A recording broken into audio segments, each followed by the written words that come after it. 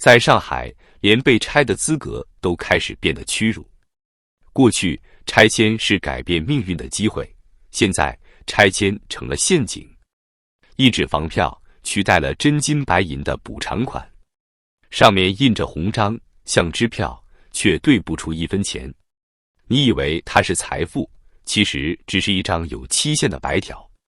你不在规定时间、规定地点买房，它就会像过期的优惠券一样作废。是的，在中国最富有的城市，政府开始发白条了。上海市中心徐汇区一块就改地江南新村，最近成了全城焦点。官方宣称创新安置机制，为动迁户发放房票奖励。可在老百姓眼里，这不是奖励，而是羞辱。以前拆迁拿现金，现在发票子，还规定1年内必须买房，不然就废掉。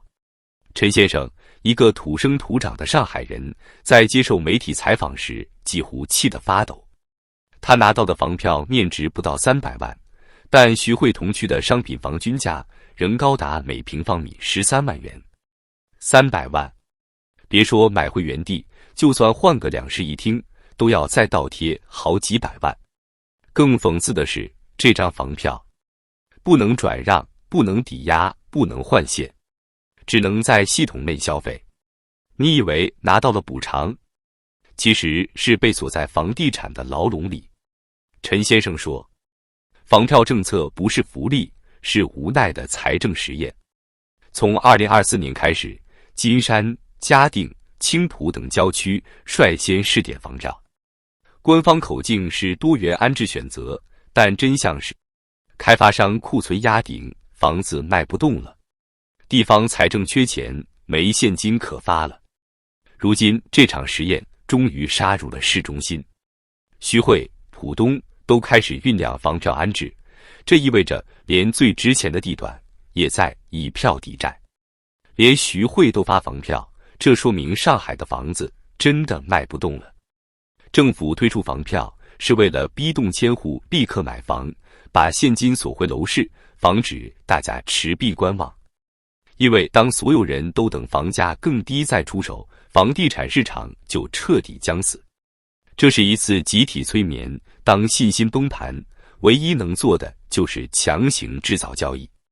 在这场政策性交易中，最可怜的是普通人。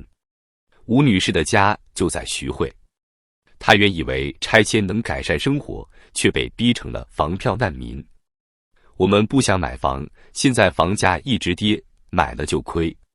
她说，可房票有使用期限，1年半后就作废。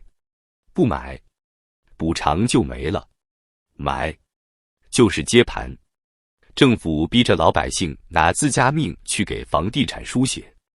吴女士哽咽着说，在她身边还有无数被逼迁的人，像被卷入绞肉机。有人被迫搬到崇明岛，有人跑去昆山、嘉善，在上海出生却要被赶出上海。过去拿现金补偿，兄弟姐妹可以公平分配，现在拿房票只能买1套房，怎么分？谁去签合同？房票只能绑定一个名字。一纸房票撕裂了无数家庭，很多原本和睦的兄妹为了这张白条闹上法庭。有人说，房票不是补偿，是逼迁票，逼你离开市区，逼你接盘高价房，逼你为别人的债务买单。为什么政府要发房票？因为现金没了。上海财政局的数据显示，2024年上海一般公共预算收入同比下降 5.2%， 创下近10年最大跌幅。地方债务余额逼近 1.5 万亿元，财政空间几乎耗尽。过去拆迁靠现金安置，可现在一户动迁就要几百万、上千万元，现金从哪来？于是政府想出了这个聪明又冷酷的办法，用纸安置。发房票就是把欠老百姓的钱变成虚拟货币，再逼他们去买楼市库存。财政没出现金，却完成了 GDP 统计，房地产开发商回了款，数据上看起来一切繁荣。可现实呢？房票发出去，现金没进来，动迁户的钱被锁死，开发商的债被掩盖，地方财政账面漂亮，却在透支未来。这是一场看似精致，实则残酷的财政幻术。上海这座曾让全国羡慕的城市，终于在2025年看清了泡沫的真相。根据中国房地产信息集团的数据，截至2025年9月，上海二手住宅成交均价同比下跌 2.4%， 但外环外区域实际跌幅高达 30%至 40%。徐家汇一套豪宅去年挂牌478万，如今降到243万，仍无人问津。张江某复式房业主从880万看到280万，只求成交。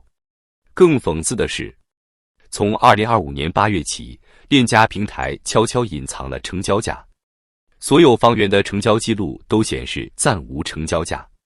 当真相太丑，连数据都要打码。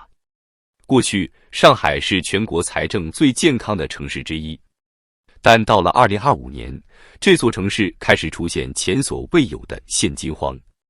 财政局的公开数据显示，2024年上海土地出让收入同比暴跌 42%， 创下改革开放以来最大跌幅。财政收入锐减，土地流拍频发，地方债压力高企，导致现金流彻底紧张。在这样的背景下，所谓的房票其实是一次被包装成政策创新的无奈求生。2023年至2025年，上海连续出台了超过20项楼市松绑政策，放宽限购、下调首付、降低利率、延长房贷期限。但结果如何？成交量仍然下滑，库存仍然暴涨。中国指数研究院的数据显示，截至2025年9月，上海新房库存高达1120万平方米，去化周期超过18个月，是健康水平的3倍。这意味着，哪怕一个人不买一套房，市场也能撑死2年。所以，房票政策出现了。因为政府发现，任何优惠都救不了市场，只有强迫才有交易。这是一场典型的政策绑架，让动迁户为房地产去库存，让老百姓替财政做账面平衡。程先生，一个在上海干了10年的房产顾问，一针见血地说，他们不是在救楼市，是在维持幻觉。上海不是孤立，而是全国财政困境的缩影。据财政部公开数据，2025年上半年，全国地方政府隐性债务规模超过70万亿元，其中仅长三角3省1市就占了全国的1/3。上海作为样板城市，一旦现金断流，势必波及整个区域金融链。这也是为什么房票政策被迅速复制到南京、杭州、合肥等地。它像一种病毒，从财政系统渗入楼市，再传导到社会。看似只是补偿方式改变，实则是一场系统性自救行动。可这场自救不是用政策救市场，而是让市场去救政策。最终谁在买单？是被拆迁的老人、被迁出的本地人，以及被困在房票里的家庭。上海这座曾让无数人仰望的城市，正在以肉眼可见的速度褪色。写字楼空置率超过 22%， 黄浦江沿岸的豪宅打折出售，地铁上广告从奢侈品变成了房票换购指南。昔日买上海一套房就赢一生的信仰正在崩塌。吴女士说，她的亲戚曾在2021年花1200万买下一套徐汇的学区房，如今市价不到800万，还卖不出去。她说，每天睡觉都像躺在一堆债里。当财富信仰崩塌，社会撕裂加剧，有钱人继续持有资产，普通人被迫接盘。上层能用债务换时间，底层只能用命换补偿。房票不是金融工具，而是时代的象征。它象征着一个城市的财政极限，也象征着一个社会的信任终结。当魔都开始发白条，连拆迁都成了陷阱。这不是个别政策问题，而是整个中国城市化神话的坍塌。房地产泡沫挤破后，现金荒、债务荒、信任荒，一环扣一环。而那些拿着房票被逼去接盘的普通人，正是这场危机中最无声、最无力，也是最悲惨的群体。